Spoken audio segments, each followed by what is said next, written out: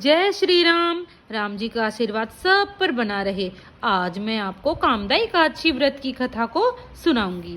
देखिए, हिंदू धर्म में एकादशी का बहुत अधिक महत्व है। एकादशी तिथि भगवान विष्णु को बहुत प्रिय है।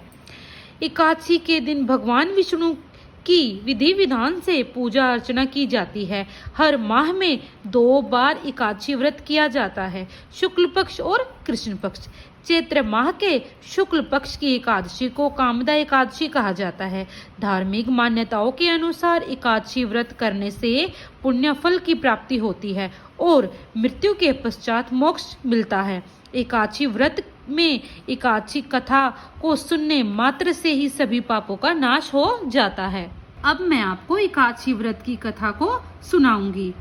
ओम नमो भगवते वासुदेवाय नमः। धर्मराज युधिष्ठिर कहने लगे कि हे भगवान, मैं आपको कोटि कोटि नमस्कार करता हूँ। अब आप कृपा करके चैत्र शुक्ला एकादशी का महात्म्य कहिए।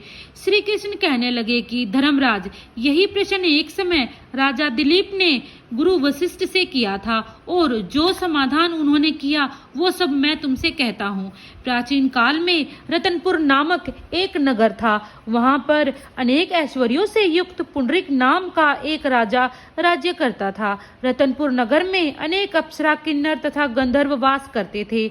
उनमें ललिता और ललित नाम के 2 स्त्री पुरुष भी थे। उन दोनों में अत्यंत स्नेह था, यहाँ तक कि अलग अलग हो जाने पर दोनों व्याकुल हो जाते थे। एक समय पुंडरीक की सभा में अन्य गंधर्वों के सहित ललित भी गान कर रहा था।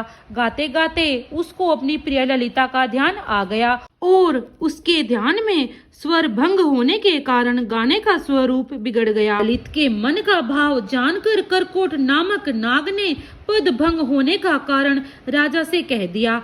तब पुंडरीक ने क्रोध पूर्वक कहा कि तू मेरे सामने गाता हुआ अपनी स्त्री का स्मरण कर रहा है, अतः तू कच्चा मांस और मनुष्यों को खाने वाला राक्षस बनकर अपने किए कर्म का फल भोग। पुंडरीक के श्राप से ललित उसी क्षण महाकाय विकराल राक्षस हो गया। उसका मुख अत्यंत भयंकर, नेत्र सूर्य चंद्रमा की तरह प्रदीप तथा मुख से अग्नि निकलने लगी। उसकी नाक पर्वत की कंदरा के समान विशाल हो गई और गर्दन पर्वत के समान लगने लगी। सिर में बाल पर्वतों पर खड़े वृक्षों के समान लगने लगे तथा भुजाएं अत्यंत लंबी हो गई। कुल मिलाकर उसका शरीर 8 योजन के विस्तार में हो गया। इस प्रकार राक्षस होकर वह अनेक प्रकार के दुख भोगने लगा।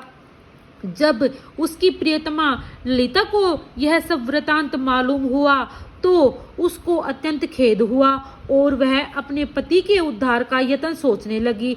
वह राक्षस अनेक प्रकार के घोर दुख सहता घने वनों में रहने लगा। उसकी स्त्री उसके पीछे पीछे जाती और अनेक प्रकार से विलाप करती रहती।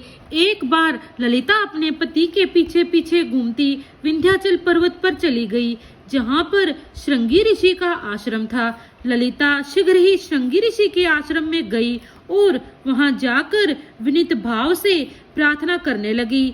उसे देखकर श्रृंगी ऋषि बोले कि हे सुभगे, तुम कौन हो और यहाँ किस लिए आई हो? ललिता बोली कि हे मुने, मेरा नाम ललिता है। मेरा पति राजा पुंडरीक के श्राप से विशालकाय राक्षस हो गया है। इसका मुझको महान दुख है। उसके उद्धार का कोई उपाय बतलाइए। श्रृंगी ऋषि बोले, हे गंधर्व कन्या, अब चैत्र शुक्ला एकादशी आने वाली है, जिसका नाम कामदा एकादशी है। उसका व्रत करने से मनुष्य के सब कार्य सिद्ध होते हैं। यदि तू कामदा एकादशी का व्रत कर उसके पुण्य का फल अपने पति को दे तो वह शीघ्र ही राक्षस योनि से मुक्त हो जाएगा और राजा का श्राप भी अवश्य में शांत हो जाएगा।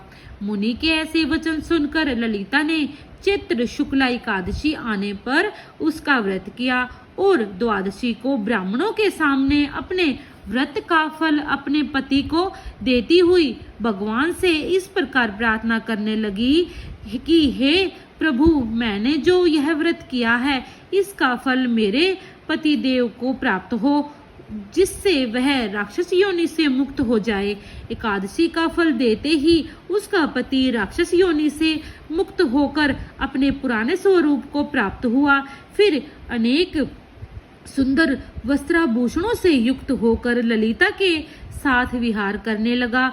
उसके पश्चात वे दोनों विमान में बैठकर स्वर्गलोक को चले गए। वशिष्ठ मुनि कहने लगे कि हे राजन, इस व्रत को विधि पूर्वक करने से समस्त पापों का नाश हो जाता है और राक्षस आदि की योनि भी छूट जाती है। संसार में इसके बराबर कोई और दूसरा व्रत नहीं है। इसकी कथा पढ़ने या सुनने से वाजपेयी यज्ञ का फल प्राप्त होता है। जय श्री राम।